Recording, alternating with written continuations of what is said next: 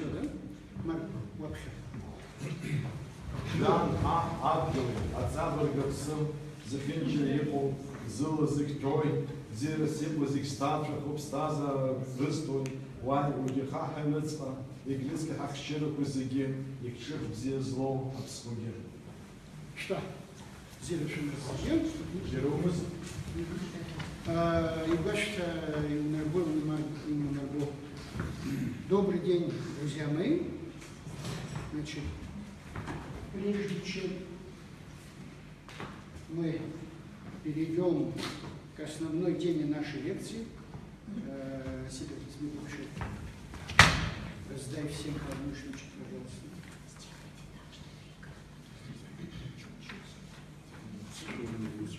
Да, раздайте листы. Да. Нет, нормально.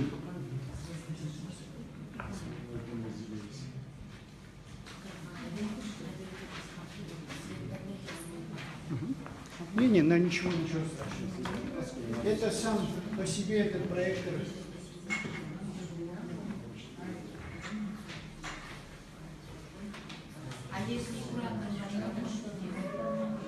Это сам по себе проектор, к сожалению.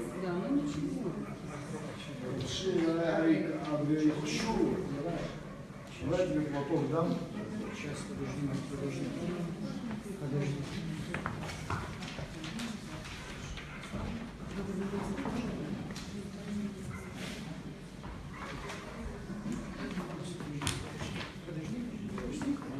Пускай.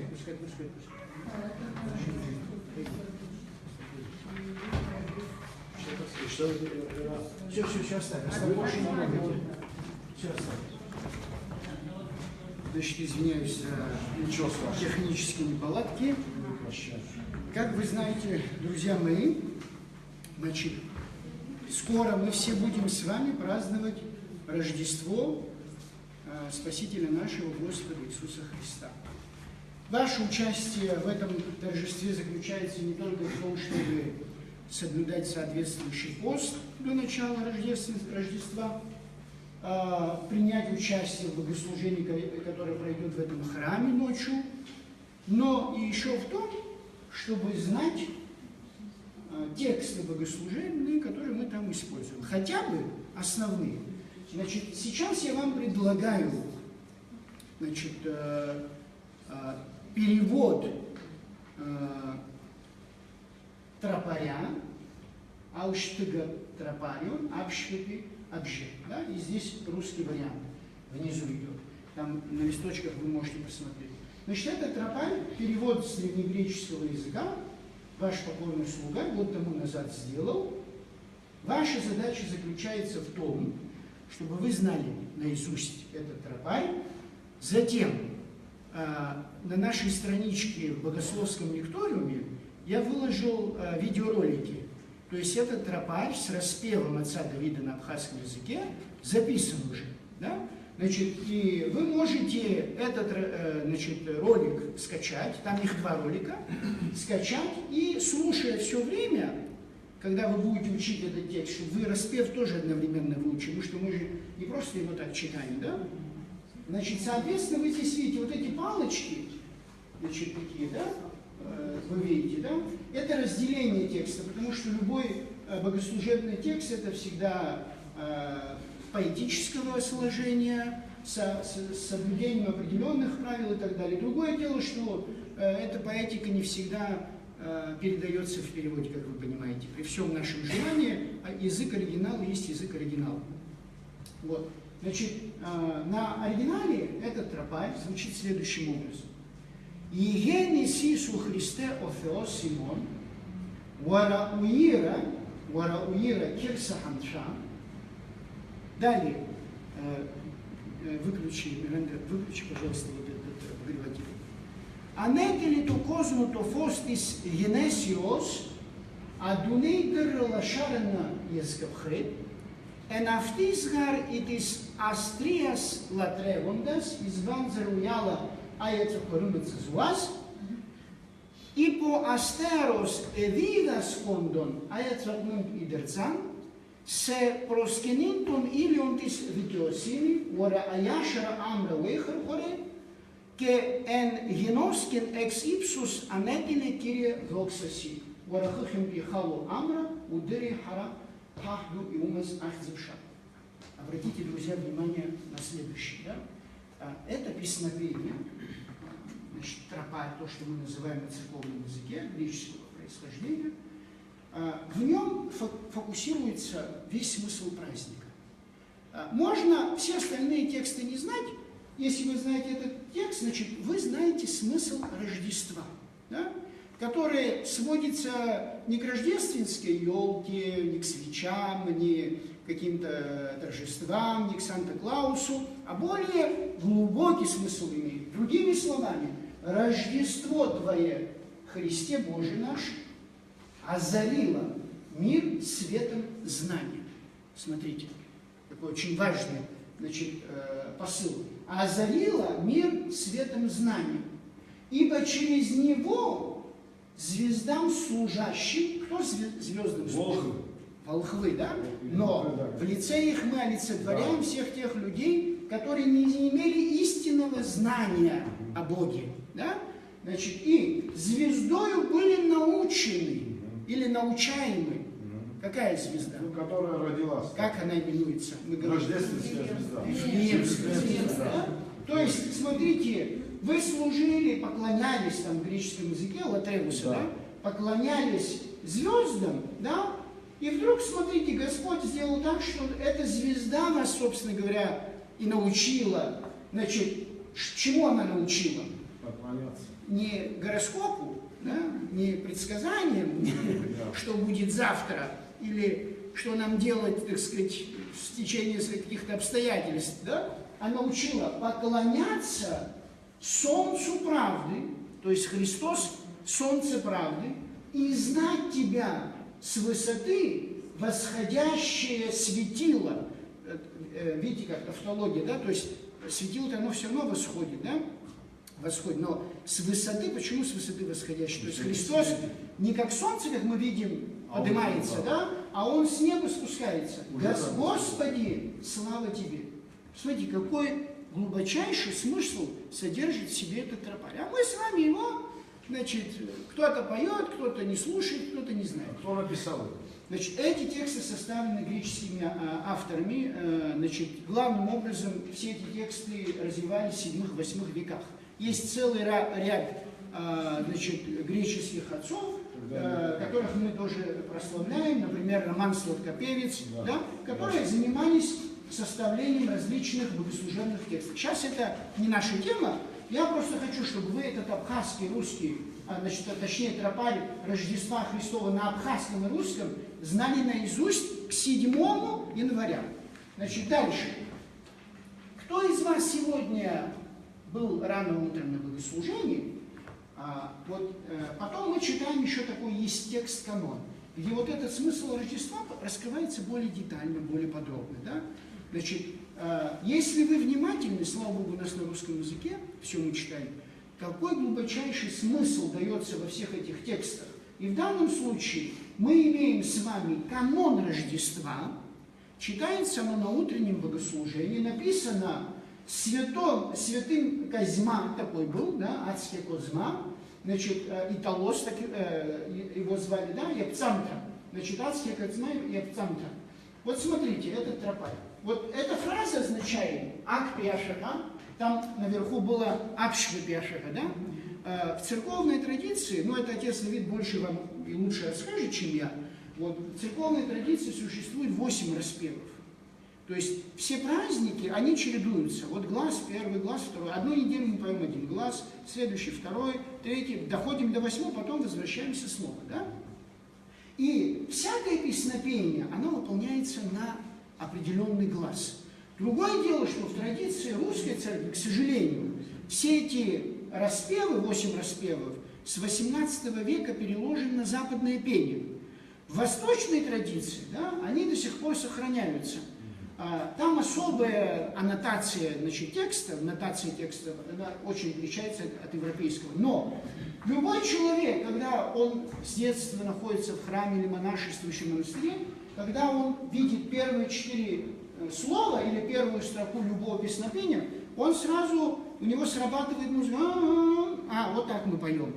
И вот так поем, да, то есть это распев, это отец Давид вам расскажет, да, когда я не особо одарен в песнопении, когда мы учились, и когда мы начинали, значит, что-то петь, нам говорили, спойте такой-то тропарь на глаз такой-то, да, и когда мы начинали петь, преподаватель говорил так, ну, у вас, говорит, глаз 9. У вас 9 распев, правда, он еще не установлен, значит, исследователями, когда он образовался, но тем не менее, значит, да. Вот. Теперь сам Ермос.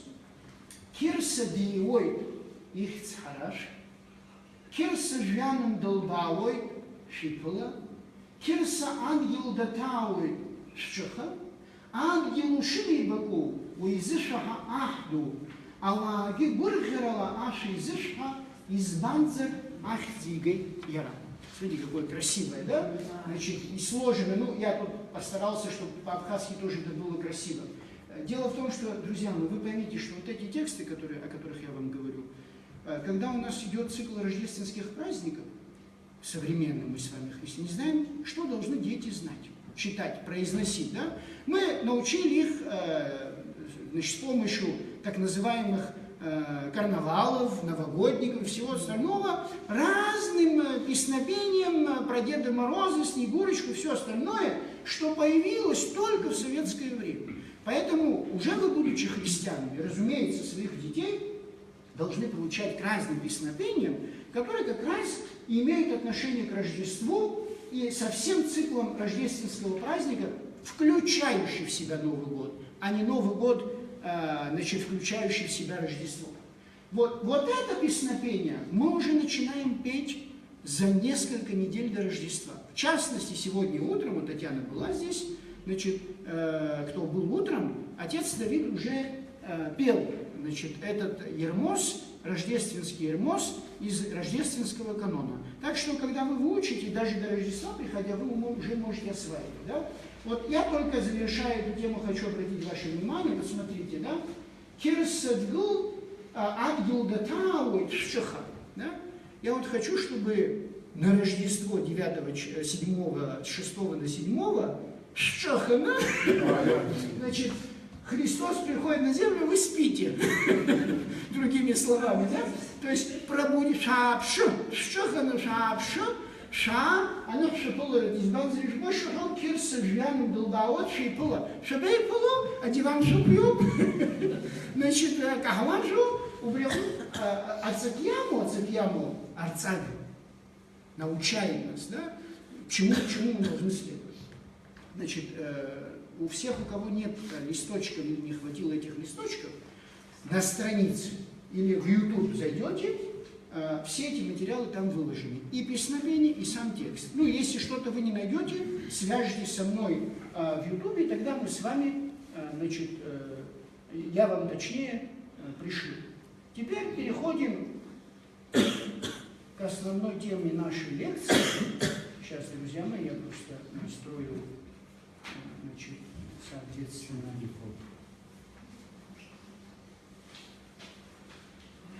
значит, переходим к основной теме нашей лекции. На Феликс Едмундович Мамо, вообще, да. Борода, я говорю. Так, значит, Борода. сейчас, подождите. Значит, друзья мои, тема сегодняшней нашей лекции – видный абхазский священник Георгий Аханипа Туманов. Несколько недель я занимался этой темой. К сожалению, поскольку у нас утеряны все церковные архивы, которые хранились в Сухуми, не так легко в наше время восстановить детали жизнеописания абхазских священников. Не так легко. Потому что советские авторы наши, которые использовали, абхазские историки, которые использовали эти материалы, они не были в церковной тематике. Они не знали церковную тематику, поэтому не всегда они могли понимать, когда там пишется, он был служащий, кем он был служащим, как клирик, как чтец, как священник. И поэтому вот очень сложно значит, восстановить вот подлинную картину жизнеописания того или иного священника. Но тем не менее, насколько было в моих силах, и особенно после поездки в село Адхара, он там родился, значит, да, сейчас я все объясню, не спешите.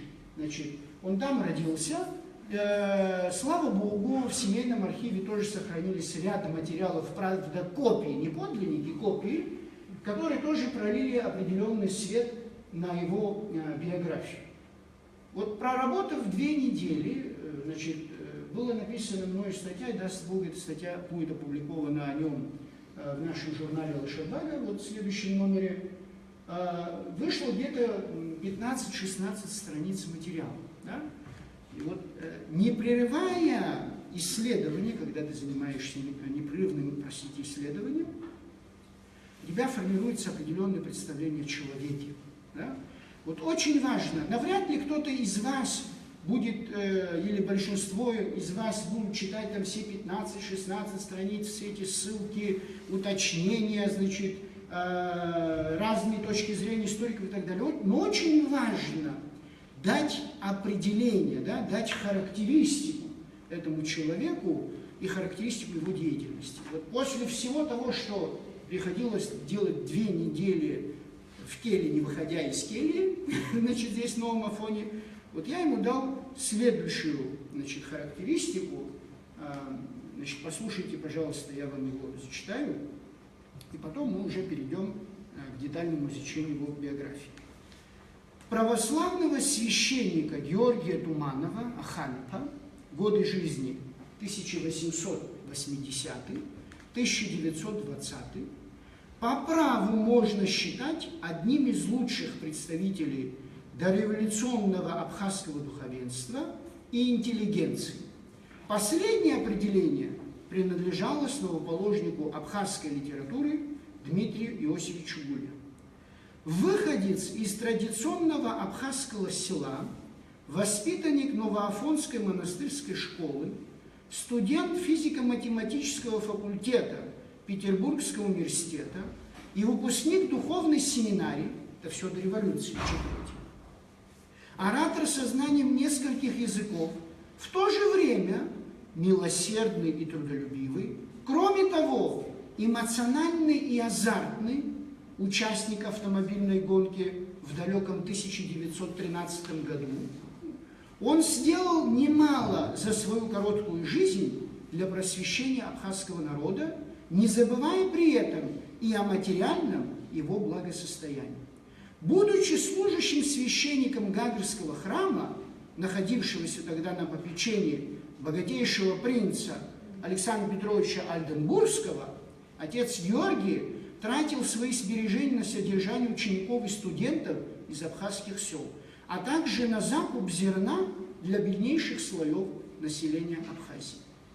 Он добровольно принимал участие в Первой мировой войне, исполняя обязанности пастыря в военных госпиталях далекого от его родины Каунаса, а после революции, после возвращения с фронта, после возвращения с фронта выступал на митингах в Сухуми против произвола грузинских меньшевиков. Он открыто и безбоязненно защищал интересы абхазов в послереволюционное лихолетие, не разделяя своих соотечественников на меньшевиков и большевиков. Сейчас, одну минуточку.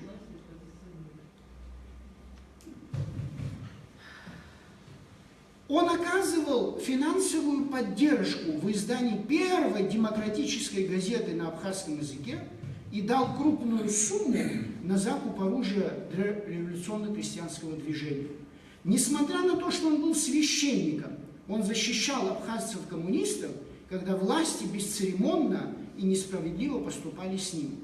Он до конца дней своих сохранил веру в Бога, когда многие его церковные сослуживцы сменили рясу на революционно-пролетарскую одежду.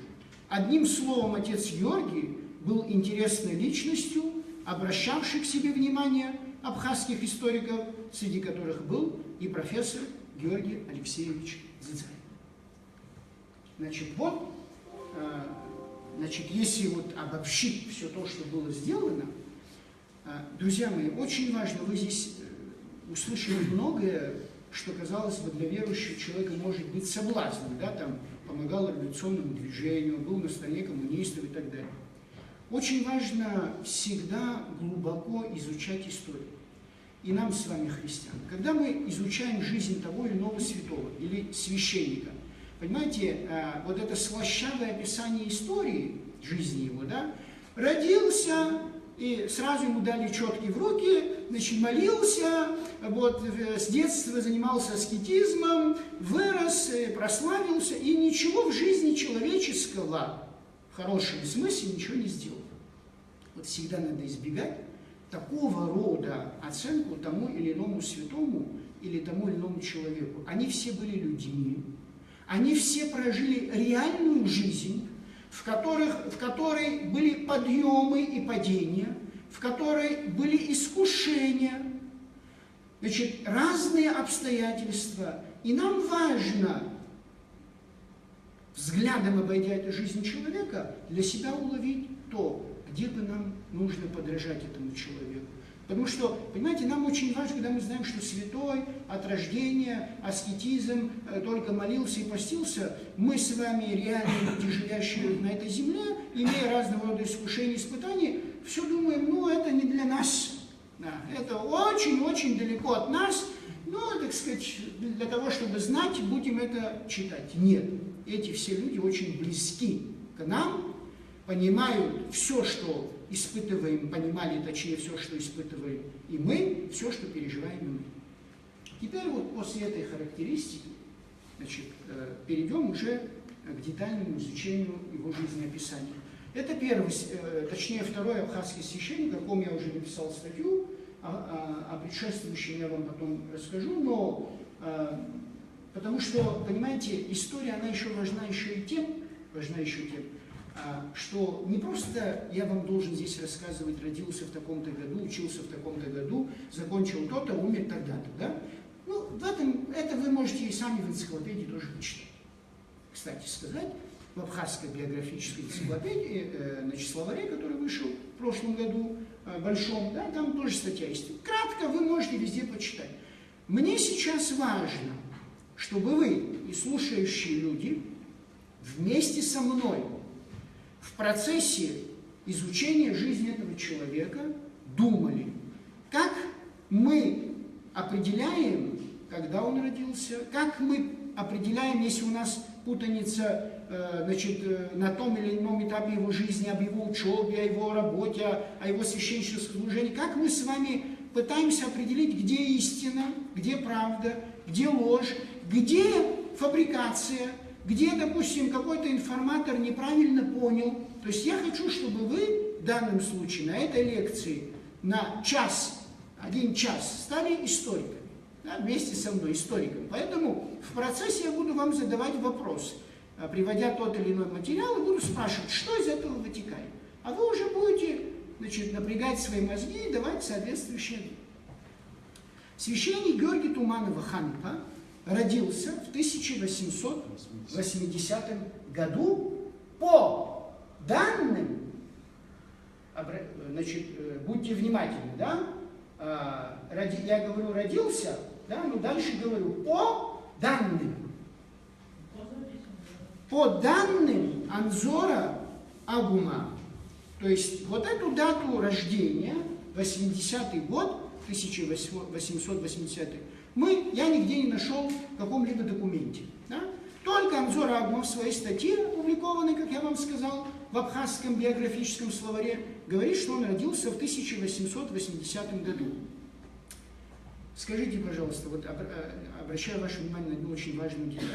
Когда вы читаете, ну, научные или близкие к научным статьи и так далее, по истории, вы всегда видите ссылки, там, да, указания, да, так называемый научный аппарат.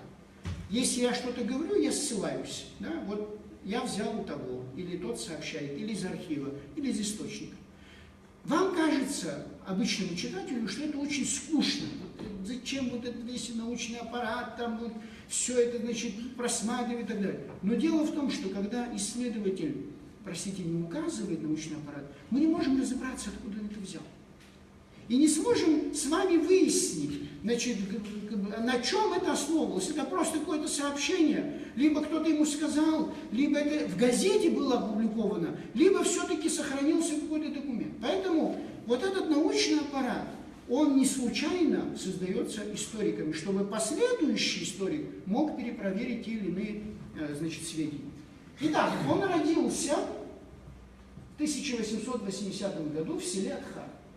Значит, вы вот здесь видите село Атхара, вот средняя школа в селе Атхара, вот там, значит, здесь вы видите развалины храма в селе Атхара, христианского, который потом будет восстановлен самим отцом Георгием, и вот родовое имение священника Георгия Туманова Аханника. Вот там большой дом с огромной, значит, вот, с огромным двором абхазским, вот на этом месте отец Георгий родился. Теперь, в семейном архиве Тумановых, проживающих в селе Атхара, сохранилась машинописная копия свидетельства о рождении и крещении отца Георгия, выданная грузино-эмеретинской синодальной конторой 16 июня 1889 года.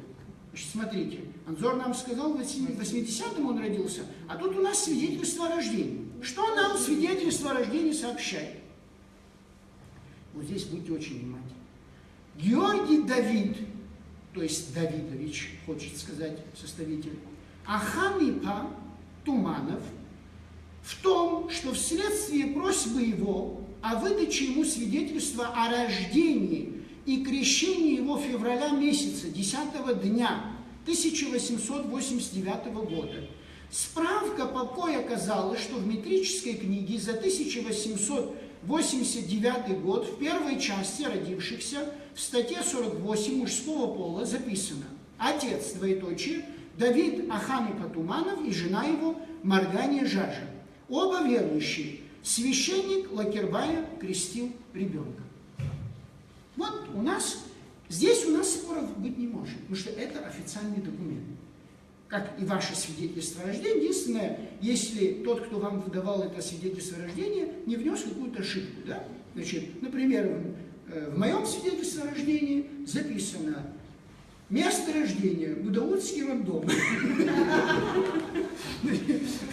Человек, который выдавал, он решил, что если я родился в Гудаутском роддоме, значит, местом моим рождением является Гудаутский роддом. Значит, часто, вы знаете, выдавали наугад дату, точнее, указывали дату рождения наугад. Например, в деревнях чаще всего расходится рождение, особенно наших дедов, бабушек, отцов, да, родителей, потому что он мог родиться, и потом писарь, который сидел в конторе, значит, ну, приблизительно в какой-то день, да, по словам он записывал. Или же еще хуже такая ситуация, определение абхазцев даты рождения по тому или иному событию. Например,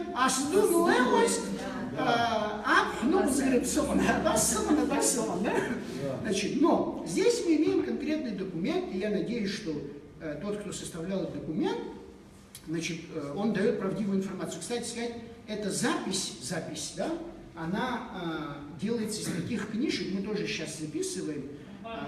В дореволюционное время учитывайте, что государство не занималось регистрацией рождения, да, и брака, и погребения, смерти человека. То есть это выполняла церковь, и при каждой церкви были люди, которые вели книгу. Эти книги, на наше счастье, часть этих книг из абхазских храмов сохранилась в архиве Министерства юстиции Республики Абхазия. Я, например, просматривал целый ряд этих книг, например, села Джандара. Там записано, допустим, кто когда родился, кто когда принял крещение, кто когда умер, кто совершал крещение и так далее. Там такие интересные книги, они сохранились в оригинале. Часть мы оцифровали с Ахрайсмэп, и у нас выложен на сайте. Надеюсь, что мы закончим эту часть остальную. Так что, если кому-то интересно, допустим, вам интересно, вот, ваша бабушка или ваш дедушка принял ли крещение, где он принял, если вы знаете, где он жил, вы можете эту книгу, если есть по месту вашего жительства такая книга, потому что не все села там представлены, то вы спокойно можете там найти. Кстати сказать, самое интересное, что вы там найдете изменение фамилии. Вот, самое интересное, да, что вы найдете изменение фамилии. То есть, когда батюшка вносил, он сохранял иногда изначальную фамилию, и потом вносили какое-то изменение, он ему давал или переделывал, и так далее, и так далее. Вот как, например, так появились Сарсания, Бения, Гагулия, потому что мы знаем все их абхазские фамилии, да, Хани, Пацра, Хири, Пацра, Хури, Пацра и так далее. А Гагулия какая? Да, Хири, Пацра. Теперь смотрите, дальше. Асида, не уводите меня в тему. Значит, теперь после вот этой информации, смотрите, что получается. Прежде всего, обращает на себя внимание, в каком порядке в метрической книге, вот которую я вам зачитал, указана фамилия и будущего священника Георгия и его отца Давида. А Ханипа Туманов. Затем во всех последующих материалах, связанных с отцом Георгием, мы встречаем в обратном порядке. Туманов, потом Аханипа в скобках. Дальше. Второе. Значит, из этого, что я вам почитал свидетельство, не совсем понятно, когда родился на самом деле отец Георгий. Там написано, родился и принял крещение 10 февраля 1889 года. Мы понимаем, что в один и тот же день родиться и принять крещение отец Георгий никак не мог. Значит, это за исключением какой-то ситуации, значит, смерти, да, или опасности жизни ребенка. С другой стороны, мы можем полагать, что, например, он мог родиться в январе и через месяц, в феврале того же года, принять, значит, крещение. То есть мы этого с вами не исключаем. Да? При этом, да, значит, мы смотрим на портрет, который я вам показывал только до этого, да, где отец Георгий, портрет был сделан практически перед смертью. Мы видим, что, сравнивая годы его рождения и годы его смерти, то есть он юношей молодым быть не мог, если дата 1889. Понимаете? То есть там видно, что человеку где-то под 40. Вот. И теперь смотрите, если исходить из даты Анзора Агума, то во время крещения ему было 9 лет. Может, так и есть. Теперь смотрите, все возможно, да? Но мы с вами из этого делаем следующее заключение. Точно, по крайней мере, на сегодняшний момент, только одно, что отец Георгий был крещен 10 февраля 1889 года, и таинство крещения над ним совершил священник Иосиф Лакарба. Можно полагать, что крещение произошло в Лыхнинском храме. Почему? Потому что отец Иосиф Лакарба, мы точно знаем, был служащим священником Лыхнинского храма с 1888 года. Значит, у нас здесь совпадение. Да? Дальше добавим, что по утверждению Чичбай, форматор, это друг отца Георгия Туманова, я потом еще о нем буду говорить, мать отца Георгия, Жанжа Маргани или Маан, значит, это известная абхазская дворянская фамилия, она была родом из Ингузрха. Ну, тут мне, конечно, приятно. Я не мог эту деталь пойти, значит, поскольку, значит, я тоже из этого села, поэтому, значит, особо подчеркиваю. Дальше. И до сих пор, кстати сказать, мановцы живут там. Теперь смотрите. Профессор Георгий Алексеевич Дедзаня, у него есть такая работа, почитайте, если у вас будет возможность и время. Это фундаментальная работа, и, к сожалению, знаете, к счастью, она чем ценна? Цена тем, что все материалы, практически, которые он использовал там, архивные, а он очень много архивных материалов использовал, они все сгорели. То есть мы уже с вами навряд ли сможем что-то найти, а его специфика была определенной, он, конечно, не обязан был, например, все говорить об отце Георгия Ханепа, да, детально. Поэтому, конечно, много утеряно в этом смысле. Так вот, эта работа называется «Формирование дореволюционной абхазской интеллигенции». Про всех видных деятелей до революции в Абхазии, маломальски известных, учившихся, священников, общественных деятелей, политиков и так далее, все в этой книжке содержится. Очень интересный, и поверьте мне, каждый из вас найдет очень много интересного по своим, значит, однофамильцам, близким, каким-то родственникам. Вот в этой книге он говорит следующее. Отец Георгий Туманов был сыном абхазского крестьянина. Теперь смотрите, запоминайте, да? Александр Чудович Чачба в своих воспоминаниях об отце Георгии, значит, эти воспоминания были записаны в 1977 году. Этот документ также хранится в семейном архиве Тумановых в селе Атхара, сообщает другую версию происхождения фамилии Тумановых. Значит, слушайте внимательно. Еще когда я с ним гулял по Петербургу, значит, два абхазца в начале 20 века, один из Ачинтары, из другой Атхары, гуляли по Петербургу. Он говорил о том, что его дед был генералом царской армии. А когда ушел в отставку, ему, как генералу, дали 100 гектаров земли в районе Гагры. Генерал построил там большой двухэтажный дом. Этот дом стоит и сейчас. Только раньше он назывался Дом Тумановых, а сейчас в этом доме Тумановых находится ресторан «Гагрипш». После того, как умер генерал Туманов, в Гагре переехал принц Ольденбургский, вошел в дом Тумановых и жил там, пока не построили для принца новый дом. Вот это версия. Я еще раз говорю, я сейчас вам не настаиваю, вы внимательно слушайте, да? И еще, значит, раз я сегодня пытаюсь из вас сделать историков, и всех, кто нас слушает, еще есть одна очень важная деталь для историков. Историк, значит, в его лексиконе, который он использует, очень часто фигурируют такие слова. Возможно, вероятно, скорее всего, может быть, предположительно. Вот без этих слов всякое, значит, утверждение, что только так было, это показатель того, что пишущий автор не является историком. Значит, версия, я к чему говорю, что то, что я вам зачитал, версия. Почему мы сейчас с вами рассмотрим? Значит, во-первых, данная версия подробно была изложена в статье Дмитрия Габеля под названием «Урастула Ахара Айнрал Туманов Чапсуахас». Значит, как русский генерал стал абхазцем. Опубликовано в 2016 году в информационном портале «Спутник Абхазия». Ну, хоть что-то благое «Спутник Абхазии» тоже сделал. При всем моем негативном отношении к этой информационному агентству, да. Значит, автор этой публикации, Дмитрий Габеля, называет имя этого генерала, значит, Иоанн. Дальше, в качестве подтверждения, вот понимаете, он-то называет имя Иоанна, но он не говорит, откуда он это взял. В качестве подтверждения он говорит, что, вы знаете, в Санкт-Петербурге там хранятся какие-то, значит, документы, которые об этом говорят. Какие документы, где они хранятся и кто их видел. Вот. Если у тебя нет на руках документов, ты не можешь об этом говорить. Сейчас в Абхазии модно, в последнее время, я, например, значит, был, и там, где амбара, да, разные фамилии живут, и в том числе дворцы. Да?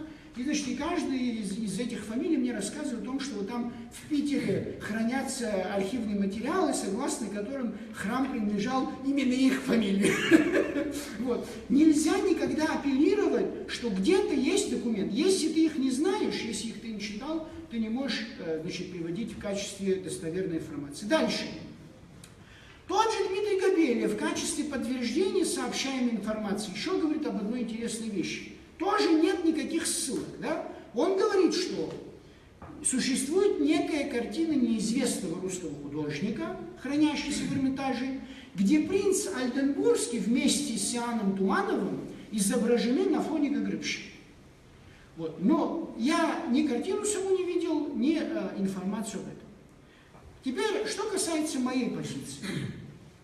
Я еще раз говорю, что вот подтвердилась вот эта версия, потому что все-таки эта версия, которая была оговорена самим отцом Георгием, да, своему другу близкому. Если его друг что-то не перепутал, тоже мы не можем сомневаться, да, в достоверности этой информации. Однако для окончательного, значит, определения, да, происхождения отца Георгия нам нужны документы, вот, чтобы они стали известны. По крайней мере, сегодня у меня нет ни одного документа, подтверждающего данную версию. Кроме того, Тумановы в селе Атхара стали жить намного раньше, чем принц Ольденбургский, появился в Гагарах.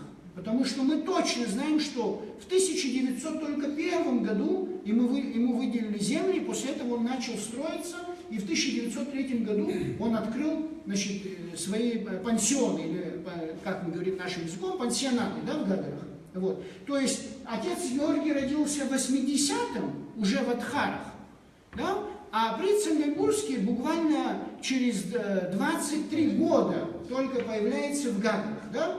Поэтому вот тут тоже, как сказать, небольшая увязка. И последнее в этом отношении, да, вполне допустимо. Я думаю, что значит, Георгий Алексеевич Дзидзария тоже на чем-то, видимо, основывался, когда он это говорил, о том, что они абхазцы, да. Вполне возможно, что вот то, что я вам говорил, изменение фамилии. Я не зря акцентировал ваше внимание на свидетельстве о рождении и крещении, где говорилось, значит, отец Георгий или Давид, его отец, Туман Аханипа Туманов в обоих случаях. Да?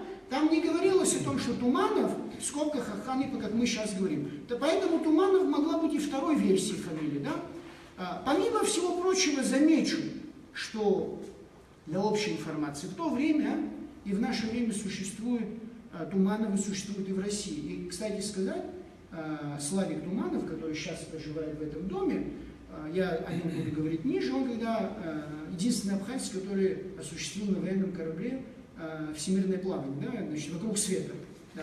Значит, и он встретился на другом корабле с одним Тумановым, который был иммигрантом. Да, и вот там состоялся диалог, потом его очень долго Славика мучили, потому что оказалось, что он оказался двойным агентом, значит, тот Туманов, да, то есть он работал и на русскую миграцию, и на советскую, да, вернувшись сюда, в Абхазию. И это уже русская миграция. Но мы знаем Тумановы армянского происхождения, Туманян. Мы знаем Туманишвили грузинского происхождения, например, самый известный, знаменитый исследователь по Кавказу, западный исследователь, который жил в Соединенных Штатах, Кирилл Туманов. Его работа бесценная. Он был сыном офицера Белой армии грузинского происхождения, родившийся в Санкт-Петербурге. Поэтому просто одно само название Туманова, оно ничего не говорит нам. Понимаете, ты можешь быть и абхазского происхождения, и русского происхождения, и иного. Нам важно, что как появилась эта фамилия. Как появилась эта фамилия. То есть дали тебе при изменении, при крещении. И потом, почему появилась Аханипа, ну, версия, которая устно передается, сам отец Георгий ничего не говорит. Да? Версия, которую, допустим, мне Славик рассказывал, это то, что когда, допустим, люди увидели дворец, в котором жил их дед, значит, дед отца Георгия, он сказал «Ари Ахан Гейпо», да? И так за ним закрепилось такое название. Но я еще раз говорю, я вам предлагаю вот эти версии, разные версии, и главным образом вы видите, мы фигурируем, значит, концентрируем свое внимание на двух. То, что он сын абхазского крестьянина из села Адхары, либо это потомки одного из отставных военных тогдашней Российской империи, которые жили в Гагарах, и затем, и, кстати сказать, почему еще один вопрос, который у меня возникает, как они оказались в Адхарах, будучи генералом российской армии, живя в Гагаре. То есть какая-то должна быть очень весомая причина. Например, если бы они переехали жить в Адхару после революции, вопросов не было бы. Потому что всякие чиновники военной Российской империи ссылали его, так сказать, подальше и отнимали у него все. Да? Но они-то оказались там в мирное время, в дореволюционное мирное время. Да? Поэтому это тоже вопрос, какая причина. То есть что-то должно быть веское, чтобы ты в деревне, абхазской деревне, в то время оказался, будучи генералом российской армии. Там было на берегу влажный климат, а там более... Да нет. Кто-то болел там. Да. Это уже Марк Теория называется. Да. Дальше. Будущий священник отец Георгий был одним из 3 сыновей Давида Ханипа и Жажи Маргани. Да? И причем, обратите внимание, мать абхазская дворянка. Братьев звали Дмитрий и Самсон. В списках добровольцев 4-й абхазской сотни черкесского полка 1914 года среди 2 представителей адхарской общины указано имя Самсона Туманова. Значит, у отца Георгия были в том числе и сестры. Дальше. Отец Георгий окончил, уже по информации профессора Дзидзари, блестяще окончил Новоафонскую монастырскую школу. Вот то, что мы сейчас видим здесь из окна, значит, внизу школа. Вначале здесь, потом учился в Питере. Конечно. Да? Это была школа для абхазских детей, мальчиков. Это тоже интересно. Школа называлась официально, даже вывеска висела на ней, монастырская школа для абхазских мальчиков. Вот. И здесь он учился здесь. Закончил блестяще эту школу, и потом, значит, профессор Георгий Алексеевич говорит, что он получил духовное образование. Но, к сожалению, мы не знаем точно, значит, где он получил это духовное образование. Ни сам профессор Дзидзари, ни какие-то последующие документы конкретно нас не называют. Но у нас есть следующая информация. В одной из своих публичных выступлений, машинописная копия вот этого выступления отца Георгия, слава Богу, сохранилась, она тоже в семейном архиве Тумановых в селе Адхара хранится, я потом скажу этот текст, очень интересный текст, да? Он сам, отец Георгий, он говорит, он отмечает во время выступления, что учился в Петербурге и в Тбилиси. Дальше. Чичба, его друг, который вспоминал, да, он говорит, что он учился в Петербурге в начале, значит, в университете, а затем в семинаре. Вот как он это писал. Я с ним встретился, вспоминал Чичба, в Петербурге. Он там учился в семинаре, учился на попа. Ну, простой человек, вы понимаете, да? Я приехал для того, чтобы поступить туда же. Это, значит, чичбовцы из села Джандар. Да? Значит, вот один, их, я знаю, по крайней мере, двоих. Один был священником, и вот второй чичба, который поступает в духовную семинарию. Несколько дней я жил у него, он рассказал о том, что он хотел учиться в Петербургском физико-математическом университете, но на самом деле речь идет о факультете физико-математическом Санкт-Петербургского университета, и он проучился там всего полгода и сразу перешел учиться на попа. Как человек, Георгий Туманов был очень хороший, он знал несколько языков, любил людей, а когда он узнал, что я приехал поступать, целую неделю бегал со мной, а когда я не смог поступить после семинарии, целый месяц водил меня и показывал Петербург. Это было, обращаю ваше внимание, в 1911 году, в сентябре месяце, говорит этот информатор. Вот если исходить из даты рождения 1880, ему было 31 год. Но вы же понимаете, что до 31 года еще где-то он учился после обычной среднеобразовательной, как мы сейчас говорим, школы здесь. Через месяц я вынужден был вернуться домой в Ачандару, потом я его не видел лет 5. За это время он закончил семинарию и вернулся в Абхазию, мы снова встретились в Сухуми. Еще один информатор, Георгий Наумов, этот текст тоже сохранился в семейном архиве.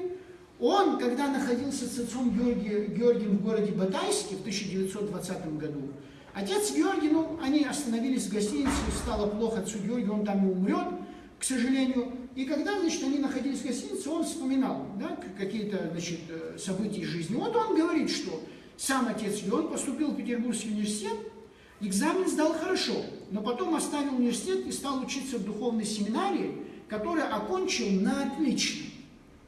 Значит, по словам этого же Наумова, в это время он встретился вот с этим Чичко. Видите, уже стыковка идет информация.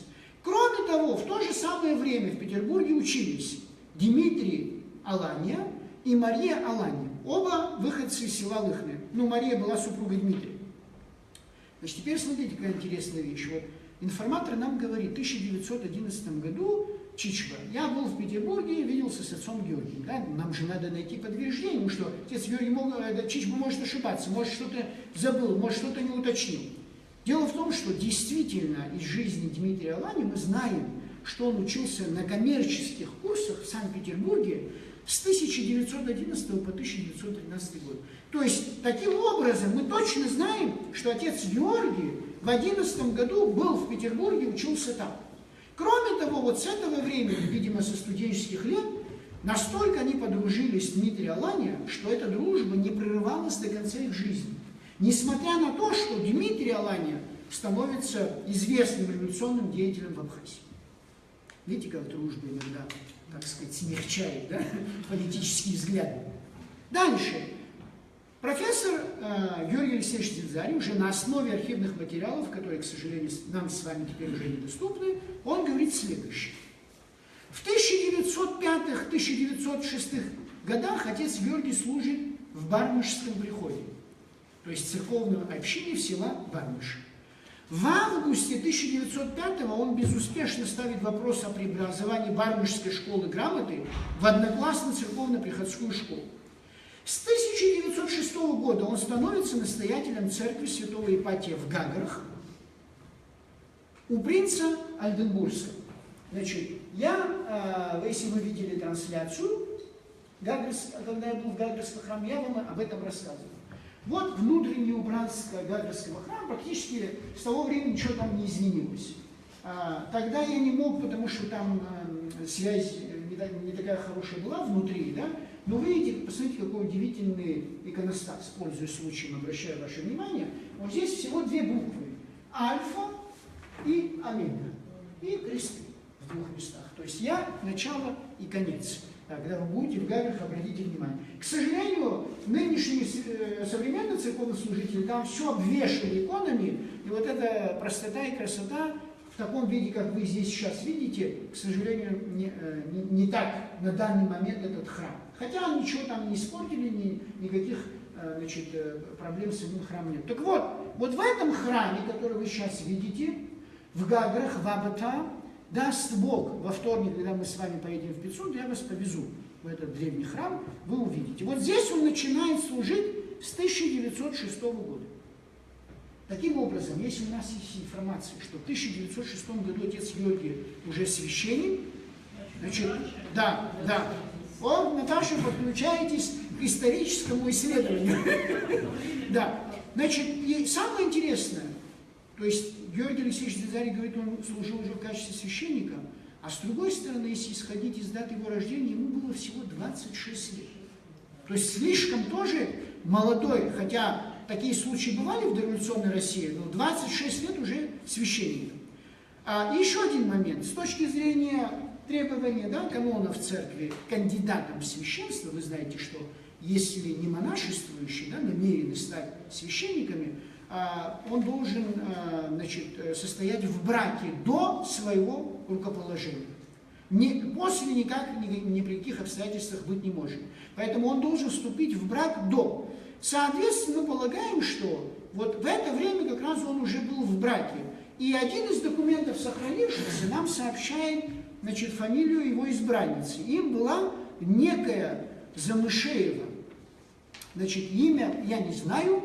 Единственное, я знаю, что последние годы, уже после революции, она жила в Москве, и очень часто отец Георгий туда ездил. Детей, по имеющейся информации, да, у них не было. У отца Георгия и у его супруги. Дальше. Теперь Анзор Агма в своей статье сообщает еще более интересные факты. Да? Например, в 1909 году он посещал, отец Георгий, миссионерские курсы при Казанской духовной академии. В 1912 он возвращается в Абхазию, снова назначается в Гагрский храм, и затем он становится, еще такую занимает должность, помощник благочинного 4-го Черноморского благочиния Сухумской епархии. Смотрите, вот в отношении информации о Казани. Чичко говорит, что в 1911 году Георгий и они гуляли по Питеру, да? Вместе были в Питере, гуляли по Питеру, да? А каким образом в это же время отец Георгий мог оказаться в Казанской духовной академии? Очень большой здесь вопрос возникает.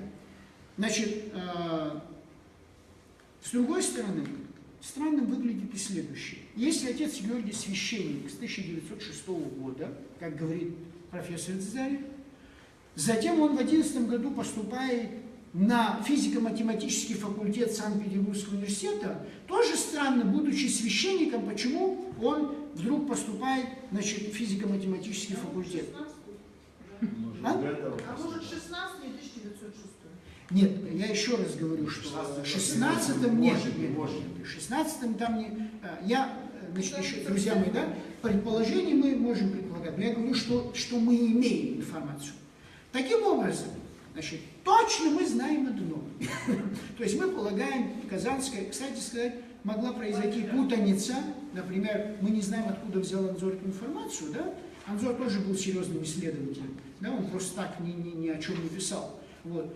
Вполне возможно, что могла произойти путаница названий академии, Петербургская и Казанская, да? Духовная академия, да? Могла произойти. Но точно мы знаем одно. С марта 1912 года и до начала Первой мировой войны в 14 году отец Георгий Туманов был служащим священником Гагарского храма и очень принимал активнейшее участие в жизни Сухумо-Пицунской епархии и занимался благотворительностью. О последнем, да, я скажу позже. Вот, например, чем он в это время занимался. Был членом, как мы уже отметили, Сухумского епархиального церковного братства святого Александра Невского. Его имя указано в опубликованном отчете этого братства за 1911-12 год. 11 мая 2012 года в здании Гудаутской второклассной школы прошло собрание духовенства первого Сухумского округа Сухумской епархии. К 4 часам вечера в школу прибыл епископ Сухумский Андрей, князь Ухтомский. Среди сопровождавших его лиц находился и священник Гагарского храма, отец Георгий Туманов. В это же время отец Георгий был членом Сухумской епархиально-церковно-археологической комиссии. 12 июня того же года он принимает участие на одном из заседаний этой комиссии. Еще одна любопытная деталь этого времени. Он был страстным автомобилистом. Представьте себе, да, это считанные автомобили в Абхазии. В 1913 году принимал участие в ралли Новороссийск-Гагра, устроенный принцем Ольденбургским. Я не знаю, одни историки говорят, что он это ралли выиграл, но у меня нет никаких данных. Дальше. В 1914 году он добровольно, отец Георгий, да, после начала Первой мировой войны, значит, по собственной просьбе был назначен в город Ковно, или современный литовский город Каунас, для исполнения пасторских обязанностей, значит, в военных госпиталях, значит, того времени. Интереснейшая вещь. В семейном архиве Тумановых сохранилась фотография. Значит, вот перед вами отец Георгий сидит в середине, очень молодой, как вы видите, и эти сестры милосердия вокруг него. Вот эта фотография, все, значит, была сделана в городе Каунас, или как он назывался в то время, Ковно, да? Через 3 года, очень интересно, да, человек? Да. Через 3 года, слава Богу, что эта фотография сохранилась. Вот. Значит, через 3 года, в 1917 году, он возвращается в Абхазию и снова становится служащим священником Гагарского храма. Вы обратите внимание, что, да, за всю свою жизнь он ни разу не менял. Да? Кстати сказать, уже в процессе совместного, значит, моего и вашего исследования жизни, тоже интересная деталь в отношении происхождения отца Георгия, связанных с Тумановым, и то, что он все время служил у принца Ольденбургского в Гаграх. Может быть, принц Ольденбургский чувствовал угрызение совести, что отнял дом и давал все возможности. Не могу сказать, да, но тем не менее, обратите внимание, что он все время находится в Гаграх, да. Значит, дальше. Особо я хочу подчеркнуть, значит, отец Георгий занимался очень большой благотворительной работой. Да? По характеристике еще одного абхазского священника того времени, значит, Афанасия Векуа, он преподавал в Адхарской школе. Да? И, видимо, имел случай познакомиться, хорошо знать отца Георгия. Он сказал такую вещь, такие слова. Это был человек редкой доброты, и человеколюбие его не имело пределов. Вот такую характеристику дал отцу Георгию, значит, священник Афанасий Векуа. Почему? Смотрите. Значит, Георгий Алексеевич Рязанин сообщает следующее. В 1911 году отец Георгий пожертвовал 100 рублей, для того времени это очень большие деньги, 75 рублей для бедняков Абхазии, 25 рублей для голодавших русских крестьян. Дальше. Летом 1912-го он приобрел за счет своих средств 50 пудов кукурузы, доставил ее в свое родное село Атхар, где поручил местному старшине раздать кукурузу беднейшим жителям этого села. В том же 1912 году в Сухумской женской гимназии на его средства обучалась сирота Губля, в Габринском реальном училище Ажиба, в Орданской семинарии Барганджи. Смотрите, да, на его личные средства. В 1919 году в 6-м номере газеты «Апсна», он выходил на абхазском языке, там была опубликована благодарность, да, 3 лицам, значит, священнику Георгию Туманову, Лакарба и Гуля, не Дмитрий Гуля, которые внесли 500 рублей на становление и издание первой абхазской газеты «Апсна» на абхазском языке. Причем, вот 500 рублей они внесли, причем отец Георгий внес самую большую сумму, 250 рублей. Дальше. По информации Агуна Анзора, поскольку старая Атхарская церковь значит, была разрушена, он восстанавливает новую церковь там. И еще одна вещь. Значит, Тит Хасай был такой, Тит Хасай известный в истории Абхазии, крестьянин из села Лыхн. Да? И вот вышеупомянутый Чичба, они нам еще повествуют еще об одном благотворительном акте отца Георгия, который имел место в очень тяжелый год, 1918. Вот что он пишет. Георгий Туманов, это документ тоже в семейном архиве Тумановых в селе Атхар. В 1918 году приехал в Абхазию из Тбилиси и увидел, что в каждом селе голод, нет кукурузы. Он встретился в Лыхнах с Нестором Лакоба и Дмитрием Алания. Интересная деталь. Нестор Лакоба и Дмитрий Алания родились в один и тот же год, в 1893 году, и были из одного и того же села, Лыхна. Лакоба прямо сказал, что ему некогда этим заниматься, в каждом селе есть богатые, пусть они возьмут кукурузу, а вот когда придет советская власть, тогда Ленин даст кукурузу. Ну, при всем моем уважении к Нестору Аполлонычу Лакоба, его слова классический пример того, что мы сегодня слышим из уст абхазских политиков. Завтра нам, значит, дадут все, да. Вот. Дальше. Продолжает Хасай. Короче говоря, Лакоба не захотел этим делом заниматься. На ночь Георгий Туманов пошел в дом Алания. Наутро Туманов и Алания выехали на Кубань доставать кукурузу. Там отец Георгий собрал верующих и обратился к ним с просьбой дать кукурузу для Абхазии. За 10 дней собрали 2 вагона кукурузы. Значит, с попами и богачами, интересно тоже определение, да, Туманов расплатился золотыми деньгами из своего кармана. 2 этих вагона он привез до Сочи и сообщил абхазцам, чтобы они приехали на Арбах и забрали кукурузу. Из каждого села выехали на Арбах. Значит, и обратите внимание, вот автор сообщает, что на дорогу от Ачантары до Сочи уходило 5-6 дней в то время. Сейчас мы с вами за 2 часа там находимся. Дальше. Об этом мы узнали, об этом благотворительном акте, говорит Хасая, да? В этом году, в 19-м, Георгий Туманов сейчас находится в Тбилиси или же в Апа, Сухум, и мы всегда благодарны за помощь, иначе бы наши дети могли бы умереть от голода. Приблизительно та же самая информация сообщается и Чичба, да? Вот тоже интересно, как он говорит. Я подошел в тот момент, когда он разговаривал с Дмитрием Аланием. Они говорили о голоде в Абхазии. Георгий Туманов сказал, что он был у Нестора Лакоба, но Нестор не захотел даже слушать Туманова. Он прямо сказал, что ему некогда заниматься кукурузными делами. Так и сказал, что сейчас у нас идет революция, и некогда этим заниматься, когда придет советская власть, тогда и Ленин даст кукурузу для абхазцев. Да? Менталитет наш тоже за 100 лет мало изменился. Дальше.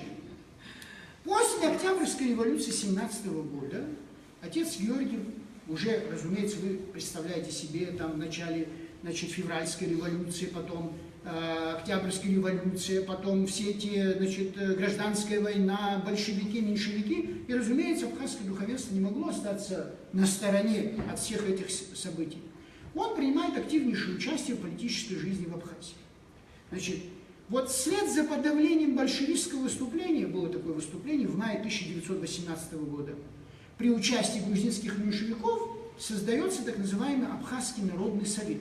Вот второй его созыв, участником этого созыва становится отец Георгий Туманов. Там происходит разделение. Значит, помимо всего этого мы с вами учим, да, еще историю для того, чтобы мы могли ориентироваться в наше время. Вот это разделение, которое мы, к сожалению, в наше время видим, в нашем, значит, в политической, общественной жизни, везде, в церковной, в Абхазии, да, друзья мои, это не впервые появилось, да, не сейчас появилось, и вот все раньше было у нас чудесно, и сейчас мы такие плохие. Нет, ничего подобного. Вот этот Абхазский народный совет, в него входили все видные общественные деятели того времени, включая дворян, князей и так далее. И между ними все время был раздор. Часть из них будущее Абхазия видела как демократическую, да, соответственно, искали какие-то связи с грузинскими демократами, меньшевиками. Чаще выступала напротив отрицательно в этом отношении. Еще другая часть, они говорили о том, что нам надо вообще, так сказать, российских революционеров и коммунистов, большевиков, с помощью них решить свои вопросы. То есть вот этот раздор очень существенный был. Сам же отец Георгий, будучи, значит, участником вот этого совета, он какую позицию занимал? Он выступал с резкой критикой грузинских меньшевиков, да, в Абхазии и был против жестоких мер в отношении абхазских большевиков. То есть он не говорил, что я, значит, с вами, с одними, да, остальные по-другому. Он понимал, критиковал там, где нужно, и, кстати сказать, немногие себе могли позволить эту критику, значит, и с другой стороны он говорил, что ну да, они большевики, да, восстание не удалось, но это не повод для того, чтобы, значит, теперь устраивать разбирательство с этими людьми. Дальше. Вот он дает телеграмму, сохранился текст телеграммы, он это делает из Гудаута 13 июня 2018 года на председателя Абхазского народного совета. Он пишет: частичное разоружение и аресты в Гудаутском участке продолжаются. Ну, как сейчас, да, на трассах вы едете, люди, значит, с оружием в формах стоят, значит, продолжается. Прошу сегодня же сделать распоряжение через генерала Мазнеева, это грузинский генерал-меньшевик Мазниашвили, комиссару в местный штаб о том, чтобы был положен конец такому способу разоружения и отбирания оружия. Способ. Он не говорил о том, что не надо этого делать. Он говорил о способе. Вы себе представляете, что делали грузинские меньшевики? Теперь вот эта часть жизни отца Георгия, к сожалению, все эти материалы сгорели. Но на наше счастье, профессор Георгий Алексеевич Дзидзария более-менее излагает нам вот этот период жизни отца Георгия. Вот послушайте этот отрывок. На этом этапе борьбы, пишет профессор Дзидзария, обращает на себя внимание фигура Георгия Давидовича Туманова, или священника для нас с вами Георгия Туманова. В июле месяце он по уполномочию Абхазского народного совета докладывает о положении дел в Гудаутском участке. Значит, речь идет, друзья мои, о заседании Абхазского народного совета, то есть это управленческий орган Абхазии в то время, 17 июля 1918 года. Туманов говорил о стесненном положении населения и хозяйничании солдат, речь идет о солдатах генерала-меньшевика Мазниашвили, и предлагал сместить меньшевистского участкового комиссара Картозия в Гудаутах и коменданта Гудауты, которые осуществляли здесь суровую власть, в кавычках, то есть, значит, вы понимаете, почему народ на своих сходах требовал их немедленного удаления. Вы видите, что есть, и в то время были сходы, и в то время тоже были требования. В противном случае Туманов ставил вопрос о своей собственной отставке, принужден бросить здесь работу, он говорил, и выехать. Значит, характеризуя сложившуюся в этом районе Гудаутском ситуацию, Туманов сообщал о действенности Кераза, революционно-крестьянской дружины, как вы знаете, и его новых требованиях. Он, в частности, отмечал неуклонное решение керазовцев, в кавычках, умереть свободными на родной земле. То есть он говорил, слушайте, люди, да, они большевики, да, они революционеры. Слушайте, но люди готовы отдать свою жизнь за эту землю, не за коммунизм, да, не за какие-то идеалы или идеи коммунизма. Они готовы отдать свою жизнь против меньшевиков, которые чинили, значит, все здесь в Абхазии. Во время обсуждения этого вопроса раздавались голоса о том, что керазовцы не изменились, во главе их стоит Василий Агрба, а я вам поясняю, кто это, бывший священник Мгузровской церкви. Значит, явный большевик, и что с их условием считаться нельзя. Да. Вы помните мои слова характеристики, когда я говорил, что отец Георгий не снял рясу, как и многие его коллеги? Значит, Василий Агрба снял рясу, да, он был очень активным революционером. Значит, да? Ну, мы о нем будем говорить, там тоже есть причины того, почему он там оказался, да? Картозия же требовал преследовать главарей Кераза, а князь Джото Шервашидзе призвал к мщению, напоминая о недавних действиях Кераза в Сухуме, об аресте председателя и так далее, и так далее, и так далее. Заслушав вот этот доклад Туманова, значит, они его отвергли с негодованием. Да? И начались репрессии по отношению к гудаутским большевикам. Теперь смотрите, вот еще одна интересная такая вещь. Один из членов Совета в заявлениях Туманова усматривал вредную агитацию вроде той, которую вел в свое время Лакоба и коммунисты. А председатель угрожал, что все те, кто будут заниматься агитацией против Абхазского народного совета и республики, будут рассматриваться как преступники. То есть отец Георгий не против Абхазского народного совета выступал, да? Он прекрасно понимал, чем этот совет занимался. Их бездейственность. Он говорил, слушайте, люди голодают, больницы не работают, школы закрыты. Вы когда начнете действовать? Часть из них говорила, придет Ленин, дадут кукурузу. Другая часть говорила, придут грузинские меньшевики, значит, да, вот сейчас они решат свои проблемы, и потом займутся нашими проблемами. Вот обратите внимание на вот эту очень тонкую вещь, почему? Потому что это нам позволит понять позицию самого отца Георгия. Дальше. 10 октября 1918 года разогнали грузинские меньшевики, это Абхазский народный совет, значит, и несколько членов были арестованы.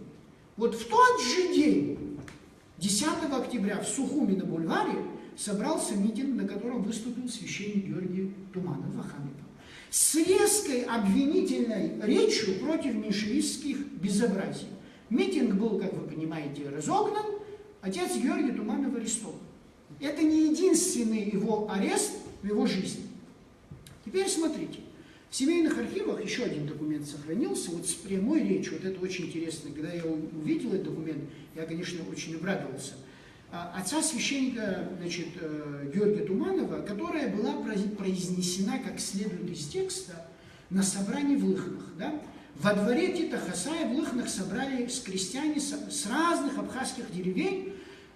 Там присутствует Нестор Лакоба, там присутствует Алания, многие видные деятели, присутствует среди них отец Георгий. И вот он говорит речь. И, кстати сказать, он в завершении своей речи упоминает нам и говорит о том, что эта речь записывалась, наверняка он говорил это на абхазском, записывала некая Нина. Значит, это была стенограмма его выступления. Вот что он говорит.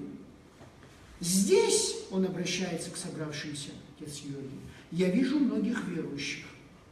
Я тоже верующий, и как верующий скажу вам, что у людей не бывало, что они меньшевики или большевики. То есть он говорит, не делите наш народ, значит, и вы здесь, если верующие все сидите, он говорит, да, не делите наш народ, меньшевики или большевики. Каждый вправе делать свой выбор в политических, так сказать, предпочтениях и так далее. Но от этого, значит, разделение народа не должно происходить. Мы все верим в Бога, у нас только один Бог. И Бог накажет тех, кто будет мешать, только один Бог рассудит, кто есть кто. И лишь Бог сверху смотрит на людей. То есть он говорит, вы прежде чем выносить решение в отношении большевиков или меньшевиков, кого арестовать, кого посадить, да, не забывайте о том, что все мы под Богом ходим. Значит, да, и у каждого из вас, каждого из вас осудит Господь. Сегодня говорят, что меньшевики хотят уничтожить абхазцев, говорит отец Георгий в речи. Раз так, то давайте возьмем оружие и будем бороться против них. И Бог тоже на нашей стороне. Я тоже когда-то учился в Петербурге и в Тбилиси. Я знаю, что если кто-то мешает, надо именно так действовать. Дальше.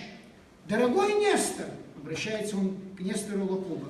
Значит, кто такой Нестор Лакоба? Ну, для вас, я надеюсь, вы понимаете, но те, кто из нас слушает, не знают, я скажу, что один из руководителей, да, восстания против грузинских меньшевистского правительства, да, впоследствии председатель Совета народных комиссаров СССР Абхазии, Союзной социалистической республики Абхазия.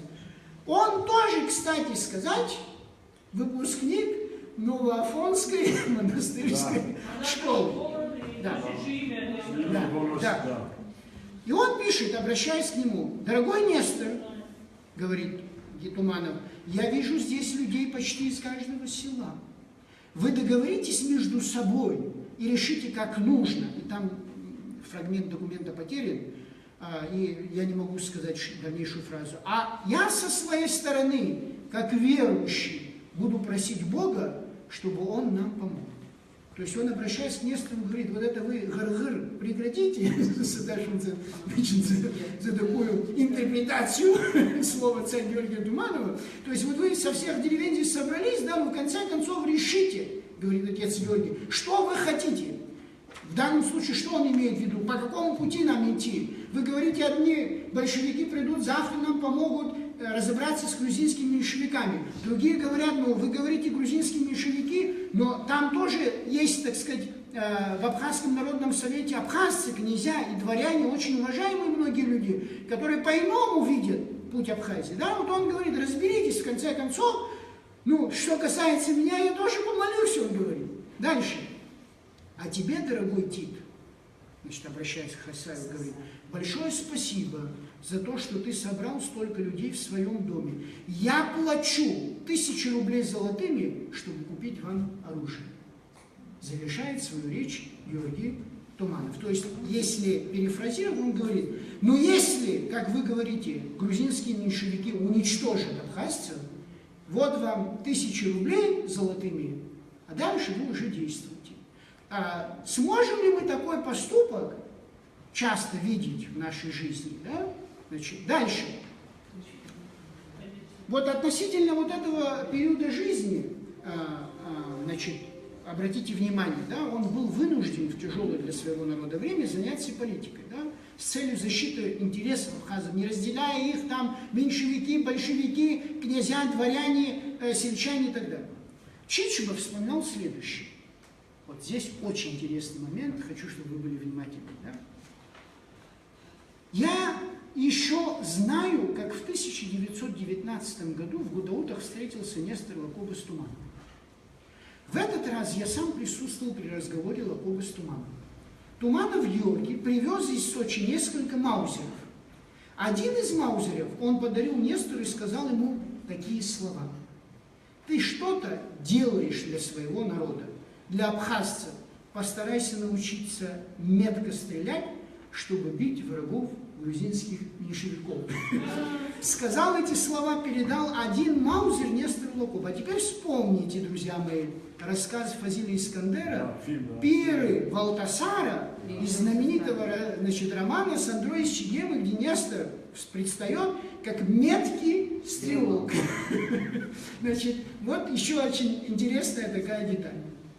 Теперь, в феврале 2020 года он еще выступает на съезде абхазской интеллигенции в Сухуми. Там принимали участие все, то есть и крайние правые, и крайнее левое крыло тогдашней политической абхазской элиты. Да? Значит, на этом съезде, он если раньше он был от Гудаутского участка, сейчас он выступал от Гместинского, Сухумского участка, он сказал следующее: «Нужда всюду ужасная», говорит отец Георгий. К сожалению, ни Совет, то есть Абхазский народный совет, не метрополия, да, ни его исполнительные органы почти ничего в этом направлении не сделали. То есть, видите, как то, что мы с вами тоже упрекаем,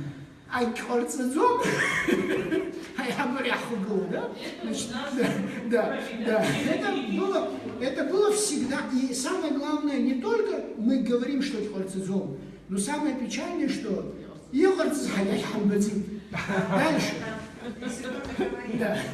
дальше, в конце июня 1920 года жизнь священника Георгия Туманова-Хамипа неожиданно оборвалась. Значит, если исходить вот из той даты, которую я вам говорил, ему было 40 лет, значит, да, 40 лет. Теперь существует, друзья мои, чего они? сейчас я вам все, смогли не убить. спешите, пожалуйста. Могли убить. Да, сейчас не спешите, я вам все скажу. Значит, существует несколько версий гибели отца Георгия Туманова. Возможно. Гибели. Значит, смерти, гибели, как хотите называйте, значит, отца Георгия Туманова. Согласно одной из них, официальной, о которой сообщает Дмитрий Иосифович Гурьев в некрологе, да, посвященной отцу Георгию, значит, за несколько дней до своей смерти он говорит, что отец Георгий находился в Туапсе, и когда он ехал на автомобиле по дороге с Туапсе в Сочи, на одном из трудных участков машина перевернулась, и он погиб. Дальше. Данная версия приводится Георгием Алексеевичем Дзидзаем. Значит, Агума допускает вероятность того, что автокатастрофа могла быть устроена грузинскими меньшевиками. Да? Значит, и он же говорит, что это произошло 29 июня 1920 года. Но не могу сказать, дата откуда взята. Значит, Сагария Баджгу Ярастович, еще один абхазский историк, отмечал, что автомобильная катастрофа была устроена агентами полиции. Значит, по словам Дмитрия Гуля, вот я хочу обратить ваше внимание, отец Георгий в последние годы своей жизни был болен. И он боялся, что ему не избежать летального исхода от своей болезни. Единственное, чего он не ожидал, по словам Дмитрия Иосифовича Гуля, это случайной гибели в автокатастрофе. Вторая версия. Кончины священника Георгия Туманова-Хамипа. Речь идет об его отравлении ядом. Значит, мы узнаем это из рассказа Георгия Наумова. Значит, этот рассказ написан собственноручно этим Георгием Наумовым. Копия этого документа хранится в семейном архиве Тумановых в селе Адхара. Правда, там нет конкретной даты, но тем не менее. Одна фраза, которая присутствует в тексте, когда, вот, допустим, он рассказывает, как произошло гибель отца Георгия, да, и потом он говорит такую фразу. «Сейчас мне остается оставить машину и выехать домой в Москву». Мы понимаем, что этот рассказ был составлен сразу после кончины отца Георгия. Так вот он пишет. Это было 17 сентября, кстати сказать, почему эта информация ценна.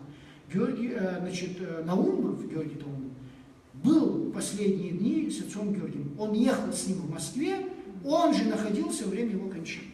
Это было 17 сентября 1920 года. Друзья мои, скажите, пожалуйста, до этого только что вы услышали о том, что официальная публикация в газете, что он умер в конце июня 1900, а тут почему 17 сентября? Вот здесь информатор ошибается. Вот здесь, да, Чичпа. Почему? Потому что мы точно знаем, значит, но газета не могла, если у нас есть абхазская газета «Апсна», опубликованная в июне месяце, в июле месяце, там о кончине сообщается, и потом, значит, сентябрь, ну никак не может быть, да, в этом отношении. Он пишет. Мы ехали из Москвы на автомобиле, около Ростова, то есть Ростов-на-Дону, Георгию Давыдовичу стало плохо. А мы только выехали из Ростова. Пришлось остановиться в Батайске, это населенный пункт в 8 километрах от Ростова. Я начал искать комнату, где бы он мог отдохнуть до утра. Пока я искал комнату, ему становилось еще хуже. И по его просьбе мне пришлось выехать в Ростов за врачом. В 10 часов утра я привез врача. Врач проверил Георгия Давыдовича и по настоянию врача решил его положить в больницу в Ростове. Но Георгий Давыдович не захотел, и он требовал выехать из Батайска вечером. После обеда он попросил кушать. Когда кушал, то почему-то ему вспомнилась его мать Марганя. Значит, чувство, да, приближения кончины. К вечеру ему стало еще хуже, а к 9 часам утра он умер. Я не знал, что делать, пошел на почту и дал телеграмму в Сухум и в Гагру по 2 адресам. За это время я с помощью 2 попов сделал все, что необходимо для того, чтобы его можно было повезти на машине. Очевидно, речь идет об отпевании, да? На машину я не мог найти в Батайске, а потом мне подсказали, что можно его везти на поезде до Сочи. Я выяснил, каким поездом можно его везти. На все это время ушло 3 дня. За это время приехали Алания Дмитрий и Лакоба Нестор. И мне стало лучше, все же они были свои люди для него. Я решил немного поспать, а Алания и Лакоба уточнили, каким поездом мы можем уехать. После ночи мы выехали поездом до Сочи. В поезде я вдруг выяснил о том, что Лакоба потребовал, чтобы в Абхазии знали, как будто он, Туманов, попал в автокатастрофу и погиб. А на самом деле он попал не в аварию, а ему дали яд, который действительно долго действовал. Как только мы выехали из Москвы, ему уже стало плохо, и всю дорогу он беспокоился. Третья версия гибели отца Георгия. Он не погиб в автокатастрофе, и его никто не убивал.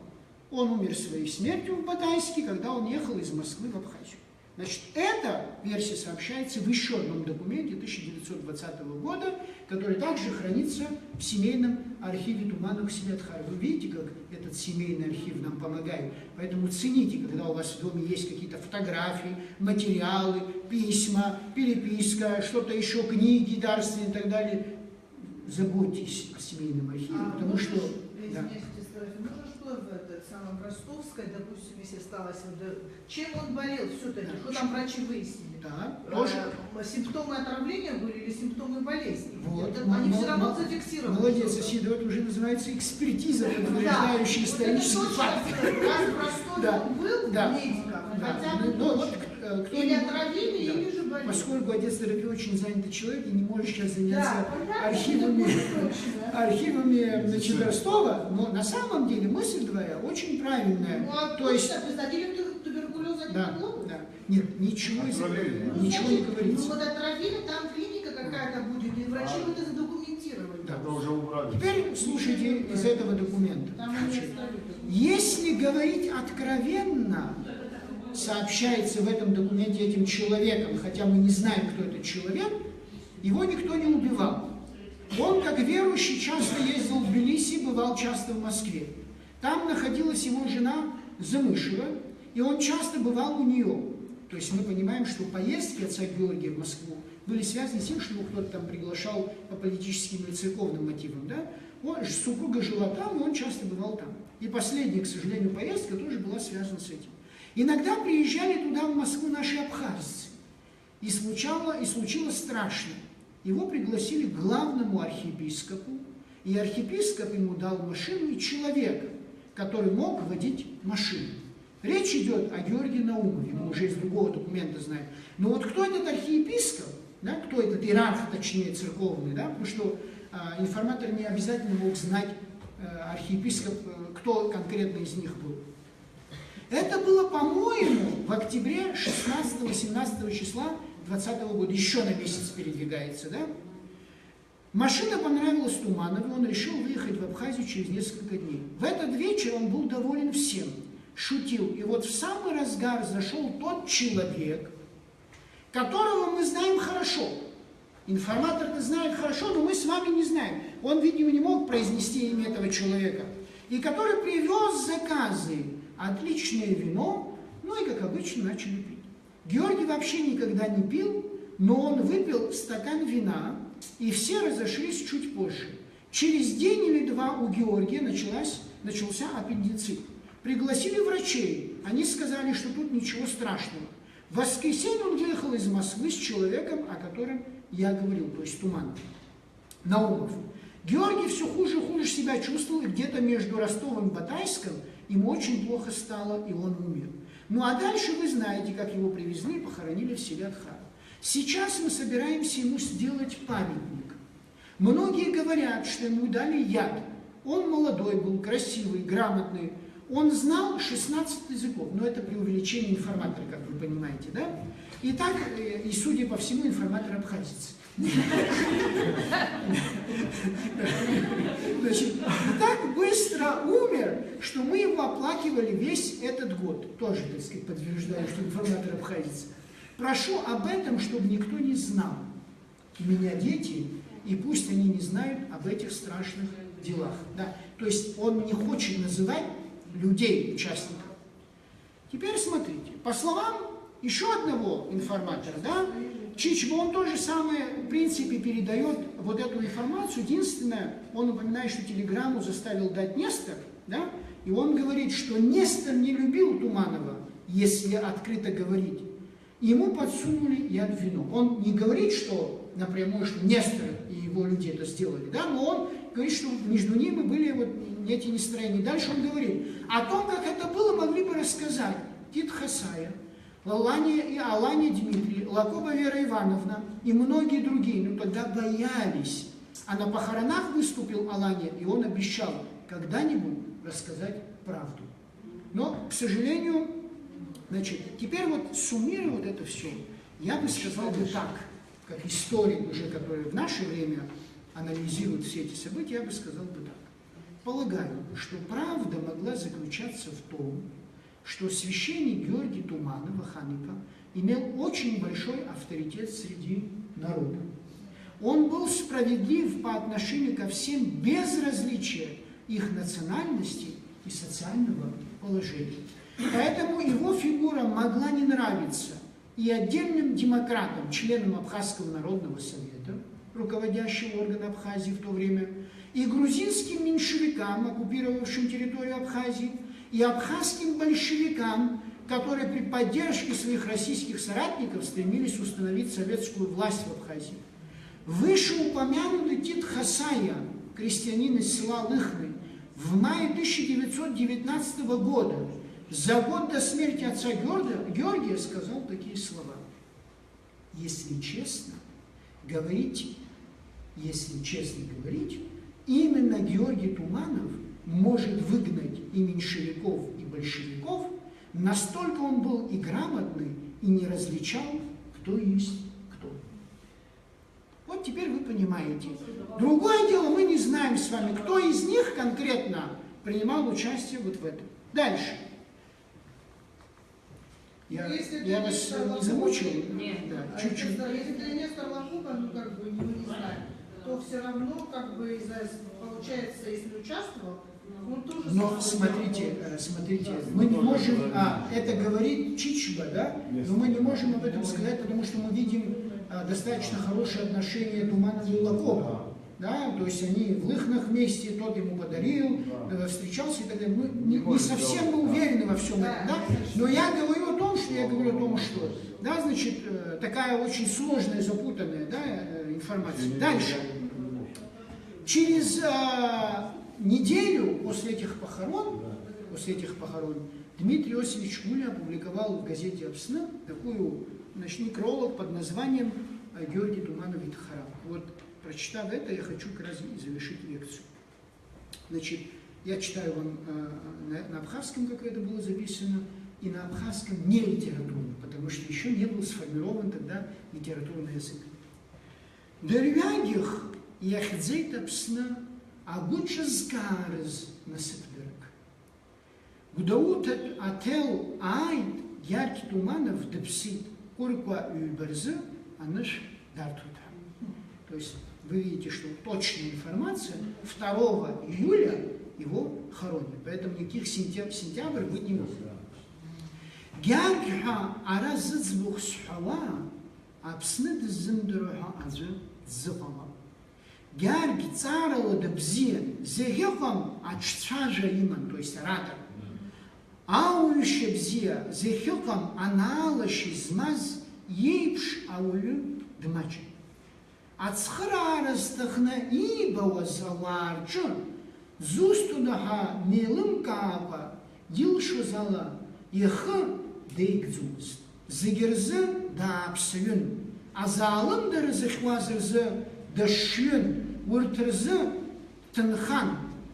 Гаград папны принц Альденбургский наданахоз яхарджила хюп шикрапара апсатша ацарарити. Убрианевсен ацара цхрара атахна яхибава иджибатых, интересный термин, да? Иджибатых дейгдзумст. Харорихам иджибатыца. Апсышала газета тацрияла бутханьяха карт пацарана ами дукгулан иджибаги дук парак тамыз аха абри аус деигәырӷьаны зегьы раԥхьаӡа имаҷымкәа аԥара азышьҭиҵеит. Аԥсны иазеиӷьу аӡәы иҳәар, уи диҩызан. Аԥсны иазеицәоу ныҟәызго дрыӷан.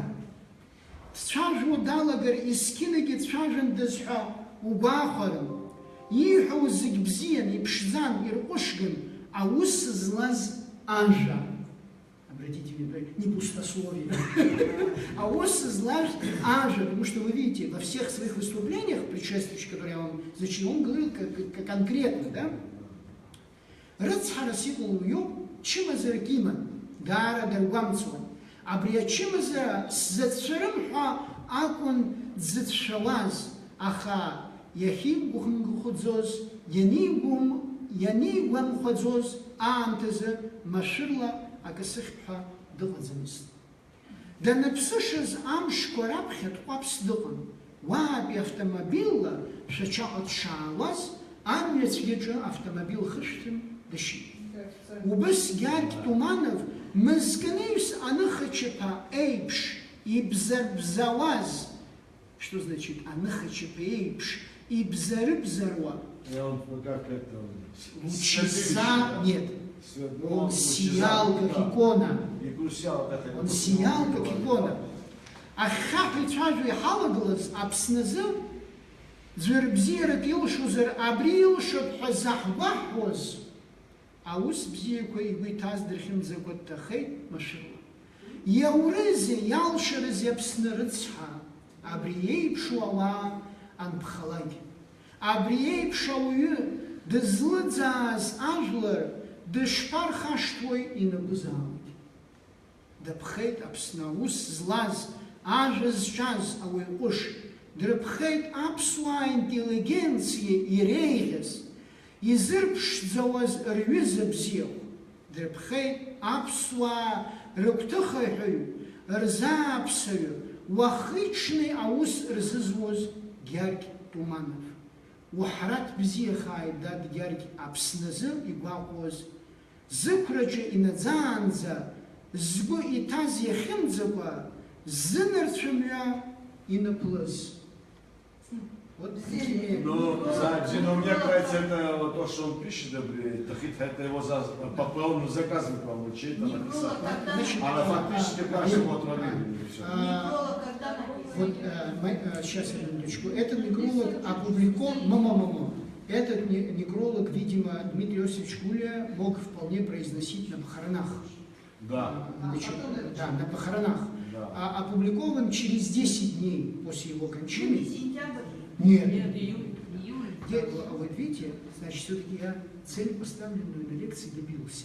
Потому что каждый из вас уже сидит, думает, нет, он все-таки его отравил. А вот нет, это же не сентябрь. От медицинской... О себе не будем вдаваться, так сказать, в детали. Нет медицинской экспертизы.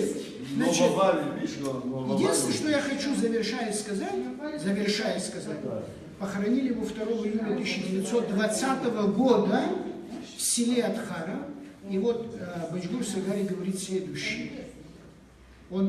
Статья называется, его статья, посвященная отцу Георгию, да, называется «Человек, живший интересами народа». И он говорит, любовь свою атхарцы проявили в трауре дни прощания со своим славным сыном, решив похоронить его на самом красивом месте, в центре своего села. Это редкое явление в нашей жизни, однако впоследствии имя Георгия незаслуженно было забыто, молодежь села о нем знает мало. Видимо, поэтому могила Георгия Туманова в настоящее время, а он пишет в 1987 году, выглядит неухоженной. Общественностью села должна обратить на это свое внимание. Как вот. А сейчас кто-то Значит, да. Таким образом, вот, чтобы эти слова не ушли снова в забвение, потому что в 1920 году говорили, что сделают отцу Георгию Туманову могилу должным образом. В 1987 году говорили, что сделают, обратят внимание. Я думаю, что даст Бог, будем живы. Поехать на все. Нет, в ближайшее, в будущем году мы закажем от лица священной митрополии Абхазии памятник, мемориал, где будет стоять бюст, да, вот вы видите, какое интересное лицо, какой интересный портрет, значит, бюст, и на котором, даст Бог, мы запишем как раз вот эти слова, которые я в самом начале вам читал, да, характеризующие отца Георгия Туманова, потому что, тем более он похоронен в центре села, где школа, потому что иначе снова память об этом человеке уйдет в забвение. Аминь. Если есть вопросы, пожалуйста, если нет вопросов, но мы с вами уже долго, поэтому я вас очень прошу. Да. Минуты молчания можно? Это мы сделаем с вами в день его погребения, даст Бог, 2 июля будущего года, мы с вами поедем и на могиле отслужим за упокойную литию. Спасибо за внимание. Может быть, тогда все придут в Харц и тоже поймут, кто это, да? Батюшка, дайте тогда на сайт какой-то, кто хочет внести деньги. Да, я вам скажу. Они могли это сделать. Каждый, кто Хорошо, я вам скажу. Спасибо за предложение. Спасибо вам. Ну, конечно, пускай не только Включаю себя. все